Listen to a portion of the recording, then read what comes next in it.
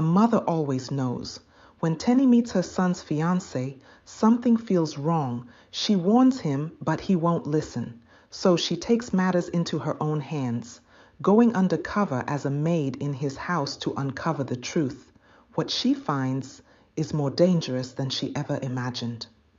Tenny sat outside her small shop in Lilongwe, watching as the evening sun covered the busy streets in a warm glow. The smell of roasted maize mixed with the fresh scent of wet soil after a light rain made the air feel familiar and comforting. She pulled her old chitenje wrapper tighter around her shoulders and let out a deep sigh. Her rough, hard-working hands rested on her lap as she stared at the road, lost in thought. People passed by, some nodding at her with respect. After all, she was the mother of Der Mwal, the successful businessman. Some stopped to buy from her, smiling politely, but Tenny was never sure if it was because they truly wanted to or just to show respect. She was grateful, but to her, money was never the most important thing in life. Her mind was troubled. Dare had worked hard, risen from nothing to become one of the most respected businessmen in Malawi. He had built a life neither of them had dared to dream of when she raised him alone after being disowned by her family. She still remembered that night, how she had stood in the rain, her newborn son in her arms, as her father's voice rang in her ears. "You have shamed us. You are no longer our daughter." With nowhere to go, no family, no support, she had built their life from the ground up. She had scrubbed floors, sold fruits by the roadside, and carried firewood on her back, all for Dare. Every sacrifice had been worth it. His success was supposed to bring peace, but instead it had brought worry, and that worry had a name: Amara. Tenny had met her only a few times, but those few moments had been enough. There was something in the way the young woman smiled, too polished, too rehearsed. The way her eyes lingered on Dare's watch, his car keys, the mansion he had built, not on him, the man beneath the wealth. Tenny knew women like that. She had tried to warn him, dropping subtle hints, then firmer words. But Dare, blinded by what he believed was love, had dismissed her concerns. "She loves me, Mama," he had said, shaking his head. "Not everything is about money." "No, my son," she had wanted to say. "Not everything is, but for some people it is everything." But a mother's heart knew. So Tenny decided she would find the truth herself. If Dare would not listen, she would watch. If he did not see, she would become the eyes he refused to use. She would go undercover. The plan had come to her late one night as she sat on her mat, staring at the flickering flame of a candle. She needed to get close. She needed to see what happened behind the doors of her son's mansion, away from the perfect smiles and charming words Amara displayed in public. Tenny had a friend, a go-go Mary, the real housekeeper at Dare's home. It hadn't been hard to convince her to play along. "You want to do what?" Mary had asked, her wrinkled face folding deeper in shock. "I need to see her for who she truly is," Tenny replied. "Dare won't listen to me, but if I bring him proof—" Mary had hesitated, then sighed. "You're playing a dangerous game, Teeny." For the first time, doubt crept into Tenny's mind. Was she making a mistake? Was she being too controlling? But then she remembered Dare as a little boy, how he had once trusted her completely to protect him, to guide him. That trust had not disappeared. It had only been blinded by love. She squared her shoulders. "A mother protects her child," she said firmly. And so, the next morning, Tenny wrapped herself in an old, faded chitenje, tied a scarf tightly around her head, and lowered her gaze as Mary introduced her to the staff. "This is Tiwong," Mary announced, giving Tenny a new identity. "She will be helping around the house." When Amara first saw her, she barely acknowledged her presence. She sat on the plush white couch, legs crossed elegantly, her phone in hand. Without looking up, she asked, "What's your name?" Tenny dipped her head. I mean, Tiwonge, madame," she replied in a quiet, submissive voice. Amara barely glanced at her. "Just don't break anything." She waved a hand dismissively. "Mary, show her what to do." And just like that, she was invisible. Perfect. As Tenny settled into her role, she began to observe. She saw how Amara barely acknowledged the staff, how she snapped at them over the smallest mistake, how her voice changed, all soft and sweet, the moment Dare walked into the room. But it was at night when Tenny began to uncover the truth. The house was silent, except for the hum of the air conditioning and the occasional rustle of the wind outside. Tenny, on her hands and knees, scrubbed the marble floor near the staircase. She had chosen that spot deliberately. From there, she could hear the conversation happening in the living room without being noticed. She had learned that Amara spent long hours on the phone late at night, whispering words that were never meant for Dare's ears. Tonight, she would listen carefully.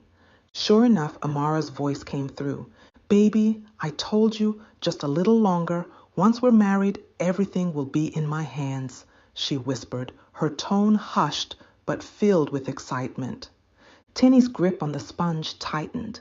"Yes, Dare believes everything I say," Amara continued, laughing softly. "He trusts me completely. Soon I'll have access to his accounts. You just have to wait." A cold chill spread through Tenny's veins. Her worst fears had been confirmed. Amara was using her son. But the real question was, who was she talking to? She heard Amara sigh. "No, he hasn't suspected a thing. He thinks I'm madly in love with him." Another soft laugh. "I'll handle it, don't worry. Once it's done, we'll be set for life." Tenny swallowed the lump in her throat. She had to get proof. Carefully, she dried her hands on her apron and reached into the folds of her chitenge, pulling out the small old phone she had brought with her. It wasn't much, but it had a recorder. She pressed record and let the truth unfold. Her hand shook slightly as she tucked the phone back into her wrapper. Tomorrow, she would start the next part of her plan. Dare had given his heart to a woman who planned to destroy him. But Tenny would not let that happen. A mother protects her own, and she was just getting started. Tenny had gathered evidence, but she knew it wasn't enough. Dare was stubborn, and love, especially the wrong kind, could blind even the sharpest mind. He needed more than just a recording. He needed to see it himself. But as she moved through the house in her disguise, quietly observing everything, she noticed someone else. Bisi. Unlike Amara, Bisi never drew attention to herself. She was Dare's secretary, a woman of quiet efficiency. She came by often to deliver work documents, but never lingered unnecessarily. Where Amara preened in expensive dresses and jewelry, Bisi arrived in simple, modest clothing.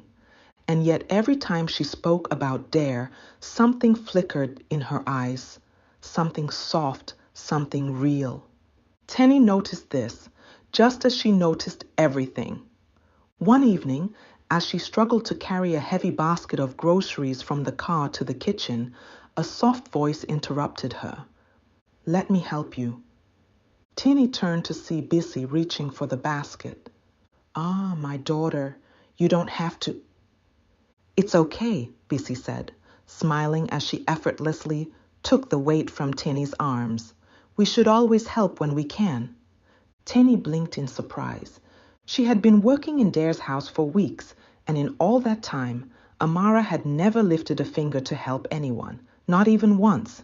It was not in grand gestures that one saw the true heart of a person. It was in the small, quiet moments. Bisi was different. She didn't try to impress anyone. She was kind because it was in her nature, not because she had something to gain. Dare, of course, was blind to this, but Teeny wasn't. Still, there was something more urgent to handle first. Amara needed to be exposed before she could guide her son toward the hidden gem right in front of him. Tenny crafted her plan carefully. Confronting Dare directly wouldn't work, not yet. She needed a way to force Amara into revealing her true intentions. And so, she devised a trap. Late that night, she sent an anonymous text from a burner phone she had purchased earlier that day. I know your secret. Meet me at the garden fountain at midnight, or I tell Dare. Then she waited. From the shadows of the garden, hidden behind the thick bougainvillea, Tenny watched as Amara arrived, glancing around nervously. Moments later, a man appeared from the opposite direction. Tenny held her breath. You're reckless, the man hissed, stepping close to Amara. His voice was low, angry. I had no choice, Amara snapped. I need to get married before he starts asking questions. Once we're legally bound, we can move forward with our plan. Tenny pressed record on her phone, capturing every word. You promised me we'd be together, the man said, that once you had his money, we'd leave. And we will, Amara said impatiently. Just be patient. Once I have access to his accounts, we can disappear. Tenny gripped the phone tightly. She had her proof. Now it was time to act. The next morning, Tenny walked into Dare's office unannounced. He was seated at his large mahogany desk, reviewing paperwork. At the sight of her, he frowned in confusion. Mama, what are you doing here? She took a deep breath and placed her phone on his desk. I need you to listen, she said quietly. Dare hesitated but pressed play. As Amara's voice filled the room, her cold, calculating words laid bare, Dare's expression shifted from confusion to disbelief, then to silent rage. No, he muttered. Tenny reached out and placed a gentle hand on his shoulder. I tried to warn you, my son. Dare sat still for a long moment, his jaw clenched, his hands shaking with suppressed anger. Then, without a word, he stood up and pressed the intercom. Tell Amara to come to my office. Now. Amara walked in with her usual air of confidence, flashing a bright smile. But the moment she saw Dare's face, her expression faltered. What's wrong, babe? She asked, tilting her head in feigned innocence. Dare didn't answer. Instead, he reached for the phone and played the recording again. As her own voice filled the room, her face drained of color. This isn't what it sounds like, she stammered, her eyes darting between Dare and Teeny. Dare's voice was quiet but firm. Get out. She grabbed his arm. Dare, please, I love... He pulled away. No, you love what I have, and I was too blind to see it. Amara's eyes flickered to Tenny, rage burning in them. But Tenny only looked back, calm and steady. With one final glare, Amara stormed out, slamming the door behind her. Silence settled in the room. Dare exhaled, rubbing his face with his hands. I was such a fool. Tenny smiled softly. No, my son, you were only human. In the weeks that followed, Dare threw himself into his work, trying to shake off the sting of betrayal. But Tenny noticed something. Even in his busiest moments, Bissy was always there. She never pushed, never demanded his attention. She simply was. One evening, as Tenny sat on the veranda of Dare's home, she watched the two of them beneath the mango tree. The golden hues of the setting sun framed them as they spoke in quiet conversation. Dare laughed, a real unguarded laugh, for the first time in weeks. And then something beautiful happened. Bissy reached out, playfully tapping Dare's hand as she teased him about something. Dare didn't pull away. Instead, he smiled. Tenny smiled too.